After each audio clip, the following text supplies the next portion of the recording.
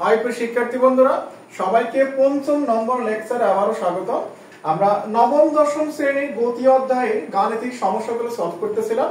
তো আজকে 5 নম্বর প্রশ্নে আমরা বুলেট এবং বন্দুক রিলেটেড প্রশ্নগুলো সলভ করব।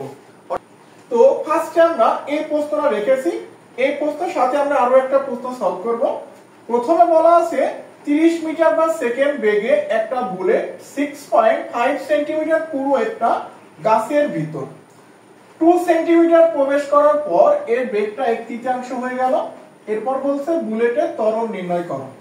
অর্থাৎ একটা বুলেট 30 মিটার পার সেকেন্ড বেগে 6.5 সেন্টিমিটার পুরো একটা গাছের মধ্যে 2 সেন্টিমিটার প্রবেশ করার পর তার যে বেগটা ছিল সেটা 1/3 হয়ে যায়, অর্থাৎ 3 ভাগের 1 ভাগ হয়ে যায়। তাহলে এখন বলতেছে যে বুলেটটির ত্বরণ নির্ণয় করো। এরপর আমরা এই প্রশ্নটা করার পরে এই উদ্দীপকটা এর সাথে যদি আমরা আরেকটু অ্যাড করি যে তারপর বুলেটটি যদি আরো 1 সেকেন্ড যায় তাহলে সে এই গাছটিকে ভেদ করতে পারবে কিনা। এই প্রশ্নটা অনেক গুরুত্বপূর্ণ যে আমাদের যে 6.5 সেন্টিমিটার পুরো একটা গাছ ছিল, তো সেটা যদি আরো 1 সেকেন্ড বুলেটটা চলতো তাহলে কি সে গাছটাকে ভেদ করতে পারতো। তো এই দুইটা প্রশ্ন আমরা সলভ করব।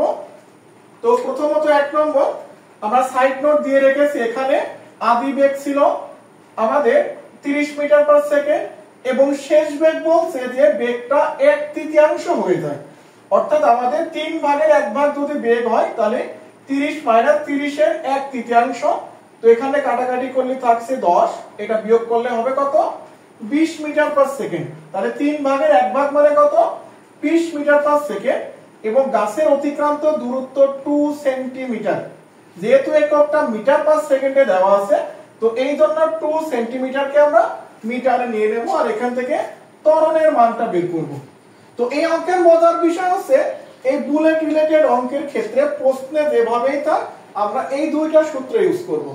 যদি প্রশ্নের মধ্যে সময় উল্লেখ থাকে তাহলে আমরা এই প্রশ্ন এই সূত্রটা নেব, আর যদি সময় উল্লেখ না থাকে তাহলে প্রত্যেক অঙ্কের ক্ষেত্রে 1 নম্বর যে সূত্র দেওয়া আছে এটা বসাইলে আমাদের এনাফ। তো আমরা এখান থেকে লিখে দেব যে আমরা জানি আমাদের এখানে v স্কয়ার সমান সমান u স্কয়ার প্লাস 2as। তো যদি এখানে আমরা মানগুলো ইনপুট করি আমাদের আদি বেগের মান দেওয়া আছে কত, আমাদের আদি বেগের মান দেওয়া আছে 30 এবং শেষ বেগের মান দেওয়া আছে 20। তো এখানে হবে 20 স্কয়ার আর এখানে হচ্ছে আমাদের 30 স্কয়ার প্লাস 2 এর মান আমাদের বের করতে হবে, সরণ আছে 0.2।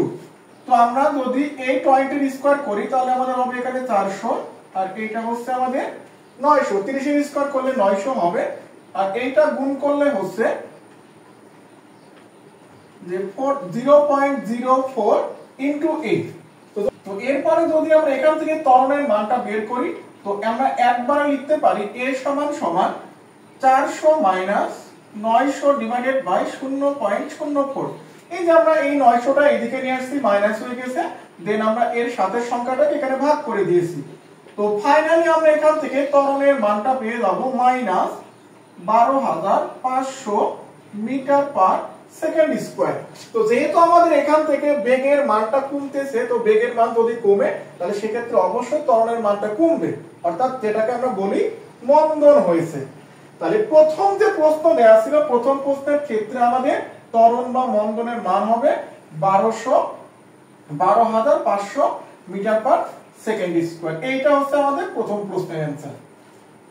তো এইবার আসো এখান থেকে আমরা এই যে দ্বিতীয় প্রশ্ন দেয়া ছিল দ্বিতীয় প্রশ্নটাও দেখি। বলছে এই যে গাছটা ছিল প্রথম ধাপে, এই মনে করো একটা গাছ, একটু ইমাজিন করো এই যদি আমাদের একটা গাছ হয় তো এই গাছের মোট পুরুত্ব ছিল আমাদের 6.5 সেন্টিমিটার দেওয়া ছিল। তো এখান থেকে সে অলরেডি গাছের মধ্যে 2 সেন্টিমিটার প্রবেশ করা হয়ে গেছে। এখন বলতেছে যদি সে এখান থেকে আরো 1 সেকেন্ড বুলেটটা যদি যেত তাহলে সে পুরোপুরি গাছের এই দিকে ভেদ করে বেরোতে পারবে কিনা, এইটা আমাদের প্রশ্ন।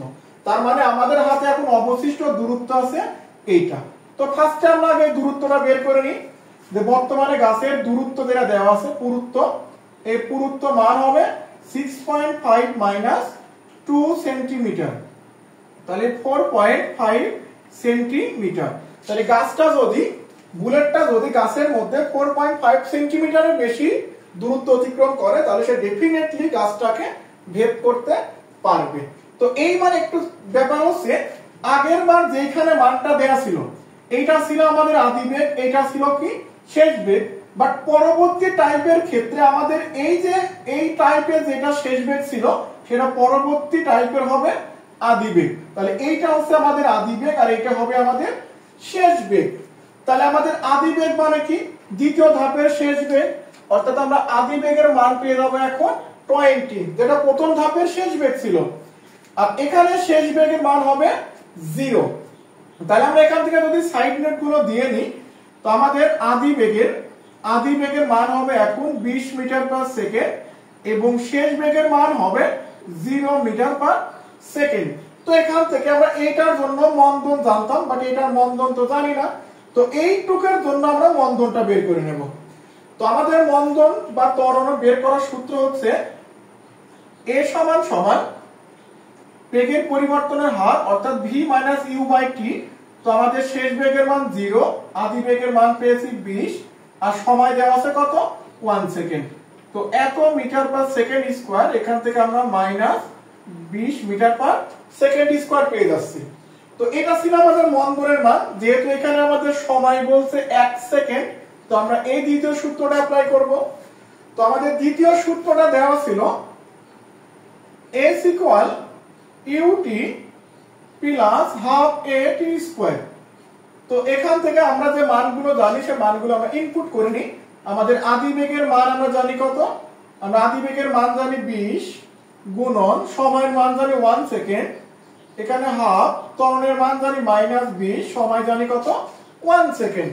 তো এইখান থেকে যদি আমরা ক্যালকুলেশন করি তাহলে 20 প্লাস মাইনাসে মাইনাস, এটা কাটাকাটি করলে 10, তাহলে এখান থেকে থাকছে আমাদের 10 মিটার। তো আমরা এখান থেকে সরণের মান পেয়ে গেলাম কত 10 মিটার। আর আমাদের যে গাছের অবশিষ্ট পুরুত্বটা দেওয়া ছিল, পুরুত্ব ছিল 4.5 সেন্টিমিটার।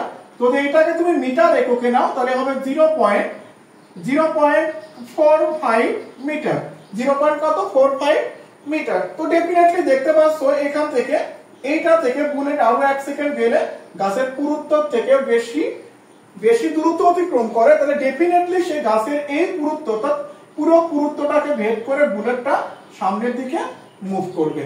তাহলে অর্থাৎ কি বুলেটটা গাছকে অতিক্রম করতে পারবে। তাহলে আশা করি আমরা এই প্রশ্নটা বুঝতে পারছি।